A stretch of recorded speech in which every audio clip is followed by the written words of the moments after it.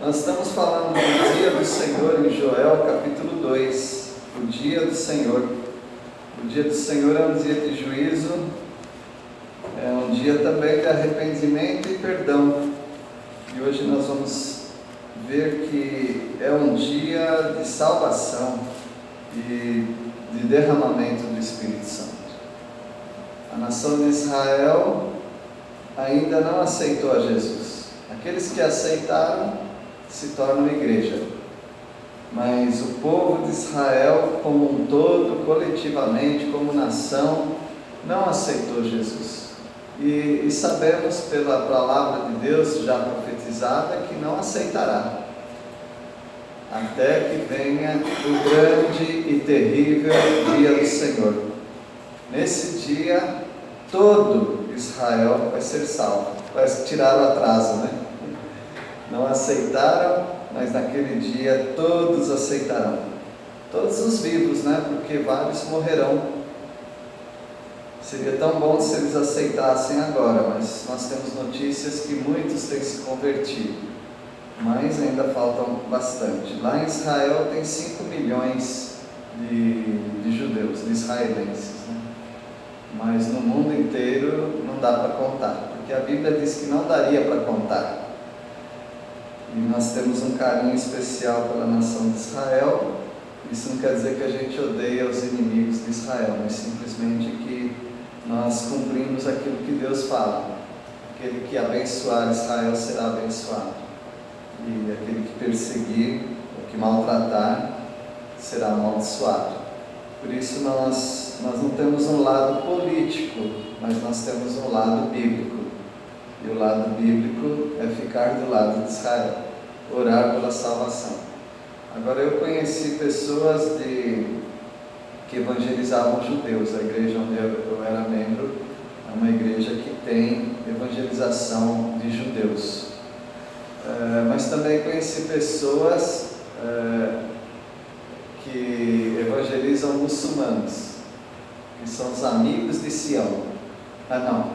Os amigos de Sião, os que evangelizam os judeus. Os amigos de Ismael, esses evangelizam os muçulmanos, os islâmicos. E é claro que os obreiros, eles não são inimigos uns dos outros, né? Eles querem que ambos tenham sucesso na evangelização. E é o que nós queremos também, que o povo de Deus seja salvo e que o povo de Ismael também seja salvo, porque a palavra de Deus diz que Deus abençoou o povo de Ismael. A nação de Israel tem 12 tribos, e a nação de Ismael tem 12 tribos também.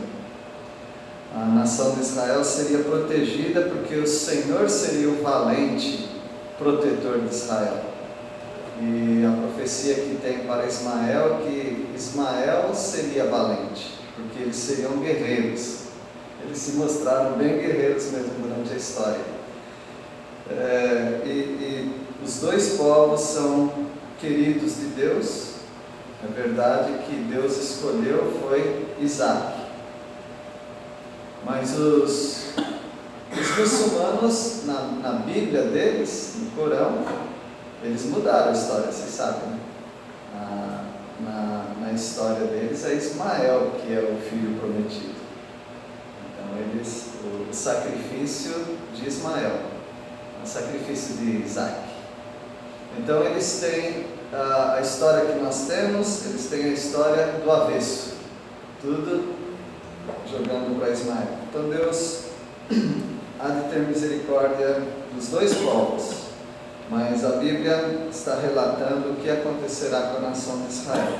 E é o que nós encontramos a partir do versículo 28, quando Deus vai fazer uma transformação, trazer uma transformação para a nação de Israel.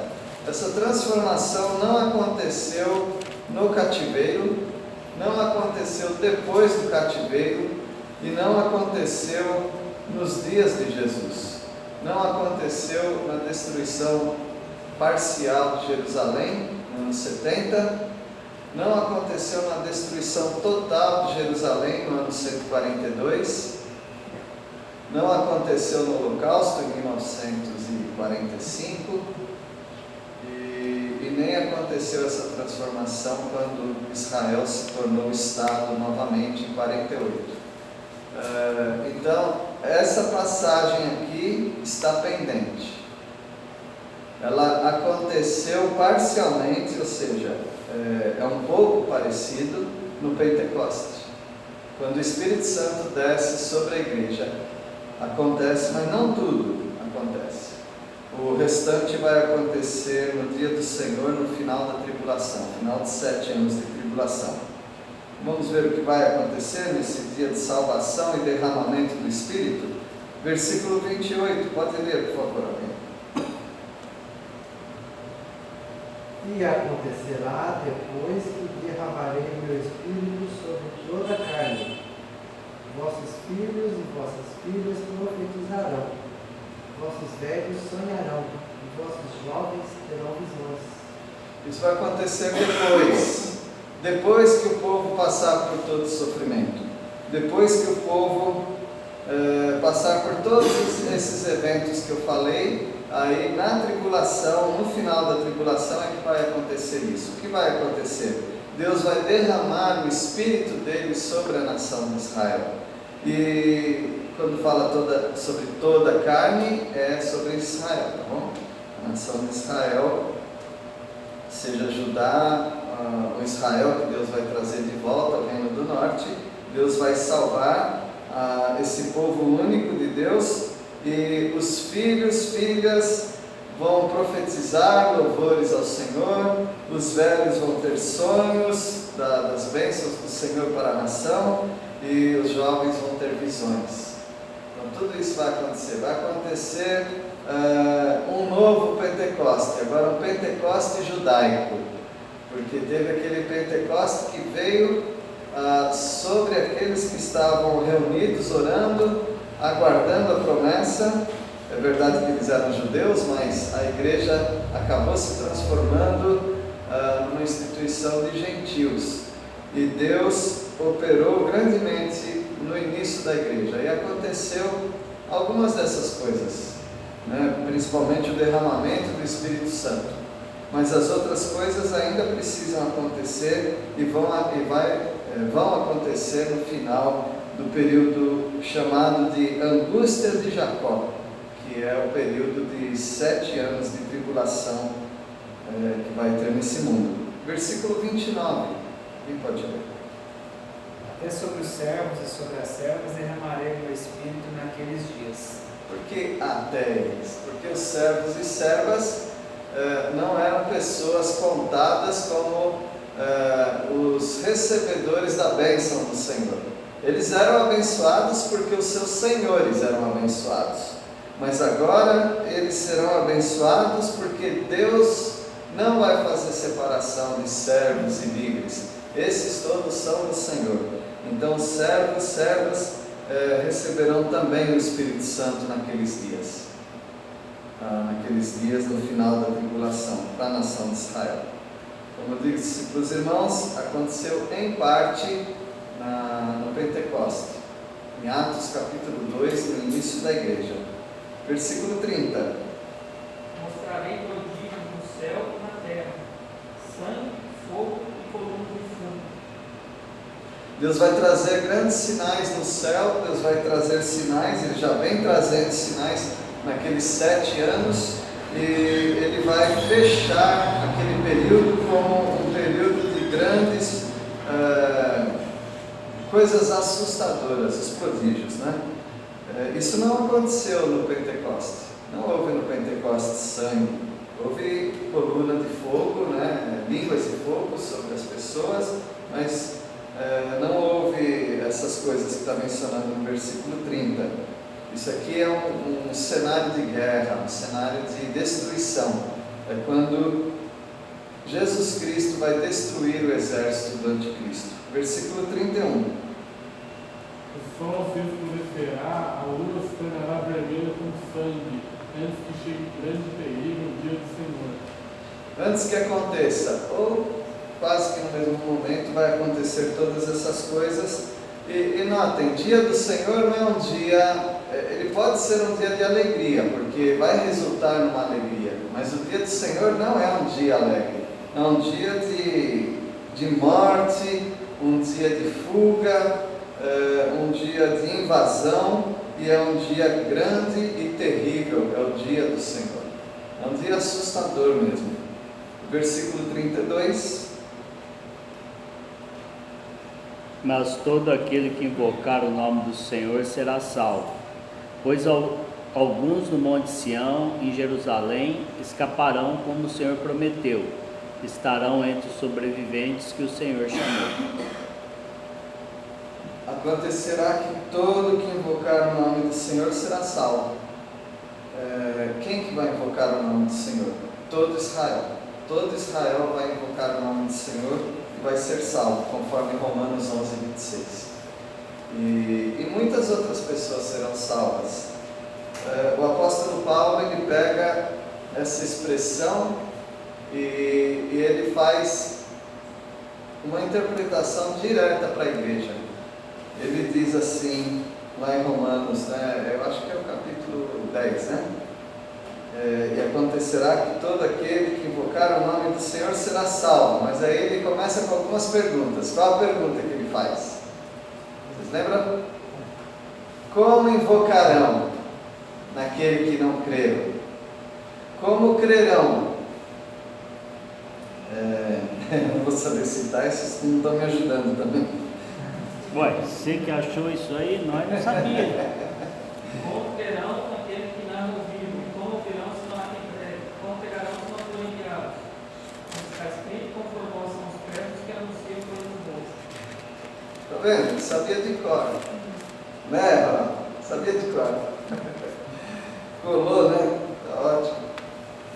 Então, meus irmãos, nós temos a esperança e a certeza que o povo vai ser salvo.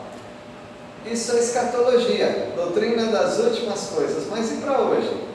Hoje nós temos a responsabilidade de falar para aqueles que estão perdidos, para que eles também invoquem o nome do Senhor e sejam salvos. E o Senhor nos dá esse incentivo na palavra dele. O Senhor prometeu então que a nação de Israel vai ser salva. É o que diz o versículo 32. E entre os sobreviventes, aqueles que clamaram. Lá em Zacarias 13 nós vemos que os sobreviventes serão 1/3 do povo de Israel. O povo de Israel sempre foi protegido. Poderíamos falar, é o protegidinho de Deus. Sempre foi protegido. Em várias situações a nação de Israel quase é varrida do mapa da terra, mas Deus protegeu. E até no pior período da história, que vai ser a tribulação, porque Jesus falou que antes não teve nenhum período como esse e jamais haverá como o período da tribulação. A nação de Israel vai ser protegida nos 3 primeiros anos e meio, protegidas pelo próprio inimigo, não é? O anticristo vai proteger Israel, vai quebrar um acordo e depois a nação continua protegida, porque Deus fala que vai levar a nação com asas de águia para o deserto, uma figura de proteção. E a nação vai ficar protegida durante todo o tempo. É verdade que alguns morrerão e provavelmente serão aqueles que não aceitarem a salvação do Cordeiro naquele período. Então termina assim o capítulo 2 falando do dia do Senhor. E nós vemos nesse texto aqui um prenúncio do Pentecoste, como nós falamos, né? O que é o Pentecoste? O Pentecoste é a descida do Espírito Santo. Jesus prometeu o Espírito Santo. Ele até condicionou que o Espírito Santo não vem se ele não for. Por isso, quando as mulheres viram Jesus e queriam beijar Jesus, abraçar Jesus, ele disse, vocês lembram a palavra? Isso, vou subir para o meu Pai. Não me detenhas. Não tentem impedir, não me detenhas. Então ele iria para que o Espírito Santo viesse. E ele preparou muito bem os discípulos. Ele disse que o Espírito Santo, ele seria aquele que lembraria todas as coisas que Jesus ensinou. É a sua memória, o Espírito Santo. O Espírito Santo, ele consolaria a todos os crentes, porque ele é o Consolador. Ele nos guiaria a toda a verdade, é aquele que nos protege das heresias. Ele é aquele que convence também o mundo da verdade, da justiça, do juízo. Ele é aquele que junto com a igreja convida o mundo: venham, todos aqueles que têm sede, venham beber da água. Lá em Apocalipse 22 fala isso, não é? Então nós precisamos do Espírito Santo. O Espírito Santo é a nossa garantia de que nós somos selados. Lá em Efésios capítulo 4 fala que nós fomos selados no Espírito Santo, ou seja, temos a garantia da salvação.